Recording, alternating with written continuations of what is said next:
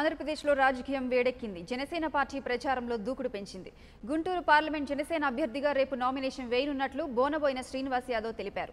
నామినేషన్కు ముఖ్య అతిథిగా జనసేన అధినేత పవన్ కళ్యాణ్ వస్తున్నారని శ్రీనివాస్ యాదవ్ అన్నారు.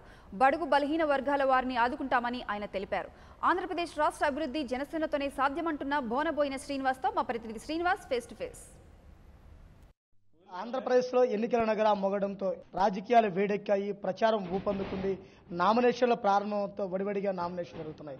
ప్రస్తుతం గుంటూరు పార్లమెంట్ అభ్యర్థిగా జనసేన పార్టీ తరఫున యువ పారిశ్రామికవేత్త బోనబోయిన శ్రీనివాస్ యాదవ్ గారు నామినేషన్కి సిద్ధంగా అయ్యారు. ప్రస్తుతం మనతో ఆయన ఉన్నారు. సార్, మీ నామినేషన్కు మీరు ఎలా ప్రిపేర్ అయ్యారు? సామాన్యుడిని పార్లమెంట్ అభ్యర్థిగా ప్రకటించినటువంటి జనసేన నాయకుడు మా పవన్ కళ్యాణ్ గారికి ముందుగా అభినందనలు, కృతజ్ఞతలు తెలియజేసుకుంటా ఉన్నాం.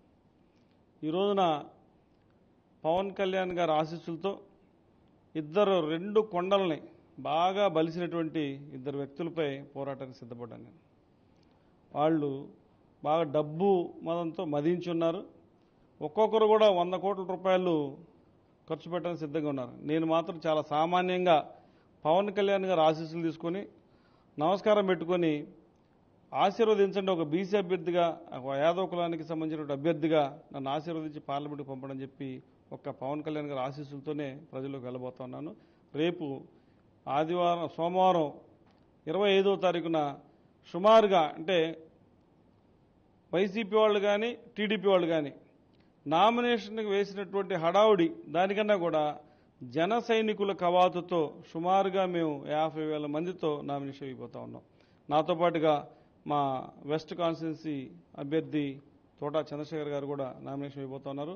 చాలా భారీగా రాష్ట్రంలో పవన్ కళ్యాణ్ గారు వేసినప్పుడు ఎంత హడావుడి, ఎంత హంగామా ఉంటుందో అదే హడావుడి హంగామా 50,000 సైనికులతో, జన సైనికులతో మేము నామినేషన్ అయిపోతా ఉన్నాం.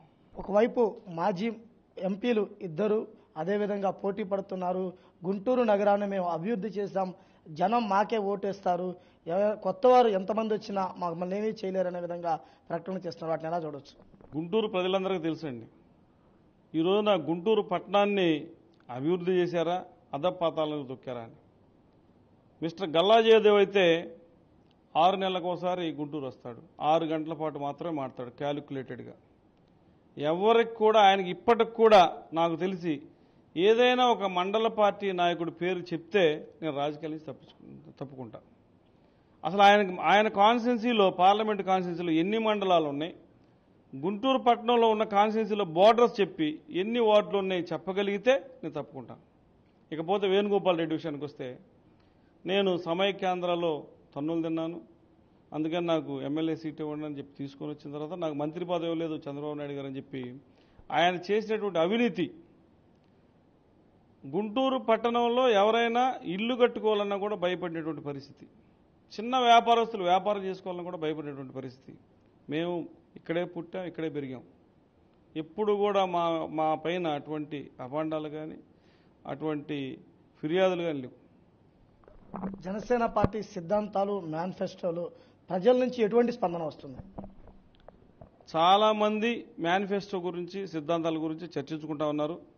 వైసీపీ వారు మేనిఫెస్టో గురించి, టీడీపీ వారు మేనిఫెస్టో గురించి, జనసేన మేనిఫెస్టో గురించి చాలా చక్కగా వివరించి ఇచ్చాం. మేనిఫెస్టోలో మేము ఎక్కడ ఊరినే మోసం చేసేటువంటి మేనిఫెస్టో ఎక్కడ లేదు మా దగ్గర. ప్రజలకు అందుబాటులో చేయగలిగినటువంటి మాత్రం మేము చెప్పగలిగాం.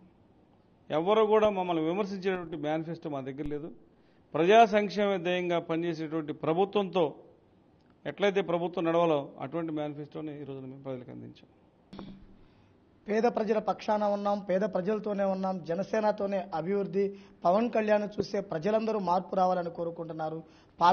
పవన్కి ఓటేయాలి, పాలన మారాలని కోరుతున్నారు. రానున్న రోజుల్లో అమరావతిలో జనసేన జెండా ఎగరవేయడానికి మేమంతా సిద్ధంగా ఉన్నామని పిలుపునివ్వడం జరిగింది.